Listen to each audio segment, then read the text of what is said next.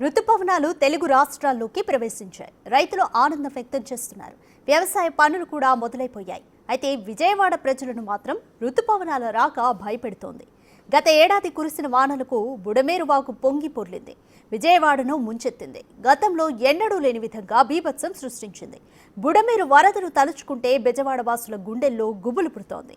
ఊళ్ళు ఏరులు ఏకమై ప్రజలు సర్వస్వం కోల్పోయారు. విజయవాడలోని సింగ్ నగర్ సహా 32 డివిజన్లు బుడమేరు తాకిడికి అల్లకల్లోలంగా మారాయి. బుడమేరు డ్రైన్ సామర్థ్యం కేవలం 15,000 క్యూసెక్కులు. కానీ 40,000 క్యూసెక్కుల వరద ముంచెత్తి ప్రజలకు నరకయాతన చూపించింది. ఎనికేపాడు వద్ద యూటీ సామర్థ్యం చాలక ఏలూరు కాల్వలోకి ప్రవాహం ప్రవేశించి వరద ఉధృతి పెరిగి వేల ఎకరాలు తుడిచిపెట్టుకుపోయాయి.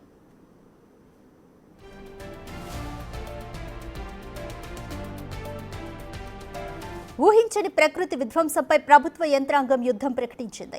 సీఎం చంద్రబాబు సైతం వరద ప్రభావిత ప్రాంతాల్లో పర్యటించి ప్రజలకు భరోసా కల్పించారు. అయితే విజయవాడ ప్రజలకు ఇప్పటికీ వరద గాయం మాననే లేదు. అందుకే మరోసారి విజయవాడకు ఇలాంటి ప్రమాదం లేకుండా ఉండడానికి ప్రభుత్వం చర్యలు మొదలుపెట్టింది. దుఃఖదాయనిగా ఉన్న బుడమేరును వరప్రదాయనిగా మార్చాలని ప్రయత్నాలు చేస్తోంది. అయితే ఆపరేషన్ బుడమేరు అంత సులభంగా అనిపించడం లేదు. గత 5 ఏళ్లు బుడమేరు కాలువ కట్ట పరివాహక ప్రాంతాల్లో రియల్ ఎస్టేట్ వ్యాపారం సాగింది. బుడమేరు వెంబడి ఏకంగా 400 కోట్ల రూపాయలకు పైగా వ్యాపారాలు జరిగాయంటే ఎంత విధ్వంసం జరిగిందో అర్థం చేసుకోవచ్చు. బుడమేరు పరిసరాల్లో 3,790 ఆక్రమణలు జరిగాయని అధికారులు తేల్చారు.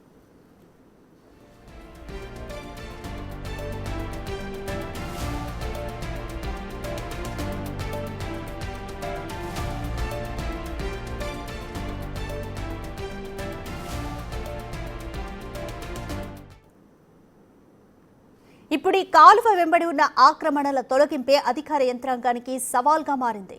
విజయవాడలో బుడమేరు ప్రవహించే 9 కిలోమీటర్ల పొడవునా కాలువకు ఇరువైపులా రిటైనింగ్ వాల్ను కట్టాల్సి ఉంది. ఇది జరిగితే భవిష్యత్తులో వరద ముంపు ఉండదనేది ప్రభుత్వపు లెక్క. ఈ రిటైనింగ్ వాల్ కట్టాలంటే కాలువ కట్టను ఆనుకొని ఉన్న ఆక్రమణల్ని తొలగించాలి.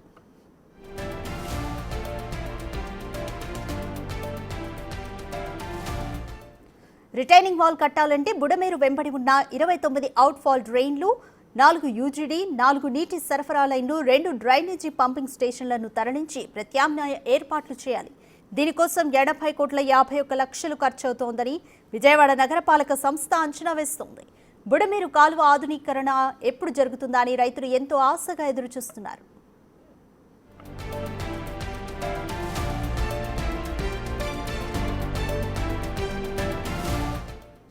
ఇటీవల జలవనరుల శాఖ మంత్రి నిమ్మల రామానాయుడు సమీక్ష సమావేశం నిర్వహించారు. బుడమేరులో పడిన 3 గంటలకు శాశ్వత మరమ్మతులు చేపట్టాలని అధికారులను ఆదేశించారు.